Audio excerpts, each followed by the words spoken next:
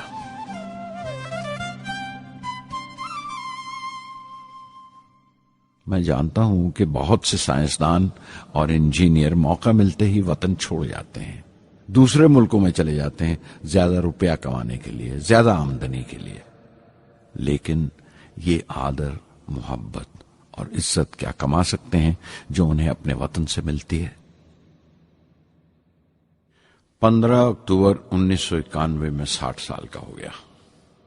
مجھے اپنی ریٹائرمنٹ کا انتظار تھا، چاہتا تھا کہ غریب بچوں کے لیے ایک اسکول کھولوں۔ یہ وہ دن تھے جب میں نے سوچا کہ اپنی زندگی کے تجربے، مشاہدے اور وہ تمام باتیں قلم بند کروں جو دوسروں کے کام آ سکیں، ایک طرح سے اپنی سوانح عمری لکھوں، اپنی جیونی۔ میرے خیال میں میرے وطن کے نوجوانوں کو ایک صاف نظریے اور دشا کی ضرورت ہے۔ تبھی یہ ارادہ کیا کہ میں ان تمام لوگوں کا ذکر کروں جن کی بدولت میں یہ بن سکا جو میں ہوں۔ مقصد یہ نہیں تھا کہ میں کچھ بڑے بڑے لوگوں کے نام لوں، بلکہ یہ کہ کوئی شخص کتنا بھی چھوٹا کیوں نہ ہو اسے حوصلہ نہیں چھوڑنا چاہیے۔ مسئلے، مشکلیں زندگی کا حصہ ہیں اور تکلیفیں کامیابی کی سچائیاں ہیں۔ جیسا کہا ہے کسی نے، خدا نے یہ وعدہ نہیں کیا کہ آسمان ہمیشہ نیلا ہی رہے گا، زندگی بھر پھولوں سے بھری راہیں ملیں گی۔ خدا نے یہ وعدہ نہیں کیا کہ سورج ہے تو بادل نہیں ہوں گے، خوشی ہے تو غم نہیں، سکون ہے تو درد نہیں ہوگا۔ مجھے ایسا کوئی غرور نہیں کہ میری زندگی سب کے لیے ایک مثال بنے گی، مگر یہ ہو سکتا ہے کہ کوئی مایوس بچہ کسی گمنام سی جگہ پر جو سماج کے کسی معذور حصے سے تعلق رکھتا ہو، یہ پڑھے اور اسے چین ملے، یہ پڑھے اور اس کی امید روشن ہو جائے۔ ہو سکتا ہے یہ کچھ بچوں کو نا امیدی سے باہر لے آئے اور جسے وہ مجبوری سمجھتے ہیں وہ مجبوری نہ لگے، انہیں یقین رہے کہ وہ جہاں بھی ہیں خدا ان کے ساتھ ہے۔ کاش ہر ہندوستانی کے دل میں جلتی ہوئی لو کو پر لگ جائیں اور اس لو کی پرواز سے سارا آسمان روشن ہو جائے۔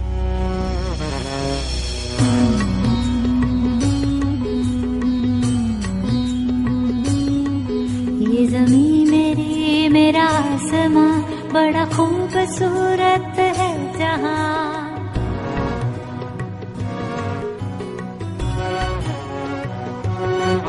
یہ زمین میری، میرا آسماں، بڑا خوبصورت ہے جہاں۔ میری زندگی پرواز ہے، وہ فضا میری، میں اڑوں جہاں۔ میری زندگی پرواز ہے، وہ فضا میری، میں اڑوں جہاں۔ یہ زمین میری، میرا آسماں، بڑا خوبصورت ہے جہاں۔ کبھی دھوپ لیپ کے آسماں ہم نے سنہری کر دیا، کبھی دھوپ لیپ کے آسماں ہم نے سنہری کر دیا۔ پھر دھوپ باندھ کے پاؤں میں ہم اڑے ہیں ٹھنڈی ہواؤں میں۔ زمین میری، میرا آسماں، بڑا خوبصورت ہے جہاں۔ کبھی وقت اٹھا کے سروں پہ ہم اور آگ لے کے پروں پہ ہم، کبھی وقت اٹھا کے سروں پہ ہم اور آگ لے کے پروں پہ ہم۔ کبھی چھانی کھالی خلا کہیں، ہم اڑے جہاں پہ ہوا نہیں۔ زمین میری، میرا آسماں، بڑا خوبصورت ہے جہاں۔ میری زندگی پرواز ہے، میری زندگی پرواز ہے، وہ فضا میری، میں اڑوں جہاں۔ یہ زمین میری، میرا آسماں، بڑا خوبصورت ہے جہاں۔ یہ زمین میری، میرا آسماں، بڑا خوبصورت ہے جہاں۔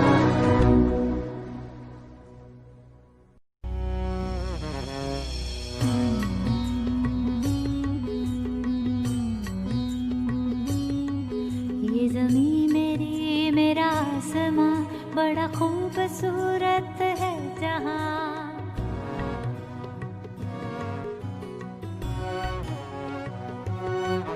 یہ زمین میری، میرا آسماں، بڑا خوبصورت ہے جہاں۔ میری زندگی پرواز ہے، وہ فضا میری، میں اڑوں جہاں۔ میری